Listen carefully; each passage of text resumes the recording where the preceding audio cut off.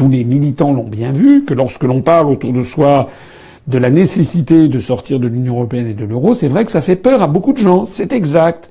Mais comment ne serait-il pas autrement, puisqu'ils sont formatés par des médias et des partis politiques qui ont tous baissé les bras, qui obéissent tous au diktat des médias, qui disent oui, c'est la catastrophe. Il faut bien comprendre que moi, je suis quelqu'un de courageux. Et que les gens qui m'ont rejoint sont des gens courageux. Et que dans la mesure où on sait ce qu'il faut faire, eh bien nous le disons. Et que cela plaise ou ne plaise pas, contre vents et marées, à temps et à contre-temps. Si l'on avait fait un sondage en décembre 1940 auprès des Français, il y aurait eu probablement 98% des Français qui auraient approuvé Pétain, et il y aurait peut-être eu 1%, même pas, qui aurait approuvé De Gaulle. C'est la réalité, parce que les Français disent non, on va pas recommencer la guerre, on a été vaincus par les Allemands. Qui avait raison au bout du compte?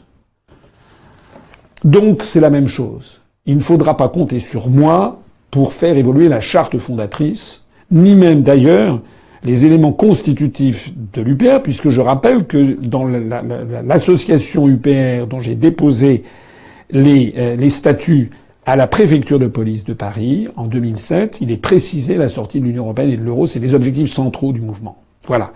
Donc, je comprends, enfin j'ai du mal à comprendre à vrai dire, mais je peux comprendre que des gens, parmi nos adhérents, parmi nos sympathisants, soient fatigués, lassés, vaincus par le découragement et se disent, après plusieurs années maintenant, on n'y arrive pas. Quand je parle à mes collègues de travail, à ma famille, etc., eh ben, il y a beaucoup de gens qui disent, ah non, on peut pas sortir de l'Union européenne et de l'euro, donc il faudrait changer. Ben, à ce moment-là, je leur dis, désolé, mais ça veut dire que vous n'avez plus votre place à l'UPR. C'est comme si quelqu'un était allé voir De Gaulle en 1941 ou 42 en disant, ben oui, finalement, on n'y arrivera pas, donc il faut être pour une autre Europe hitlérienne. De Gaulle leur a dit, ben désolé, vous n'avez plus votre place dans la résistance. C'est aussi simple que ça. Voilà. Tous les militants l'ont bien vu, que lorsque l'on parle autour de soi de la nécessité de sortir de l'Union européenne et de l'euro, c'est vrai que ça fait peur à beaucoup de gens. C'est exact.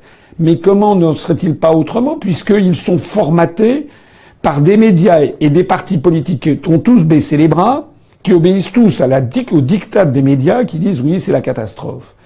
Il faut bien comprendre que moi, je suis quelqu'un de courageux. Et que les gens qui m'ont rejoint sont des gens courageux. Et que dans la mesure où on sait ce qu'il faut faire, eh bien nous le disons. Et que cela plaise ou ne plaise pas, contre vents et marées, à temps et à contre-temps. Si l'on avait fait un sondage en décembre 1940 auprès des Français, il y aurait eu probablement 98% des Français qui auraient approuvé Pétain, et il y aurait peut-être eu 1%, même pas, qui auraient approuvé De Gaulle. C'est la réalité, parce que les Français disent non, on va pas recommencer la guerre, on a été vaincus par les Allemands. Qui avait raison au bout du compte?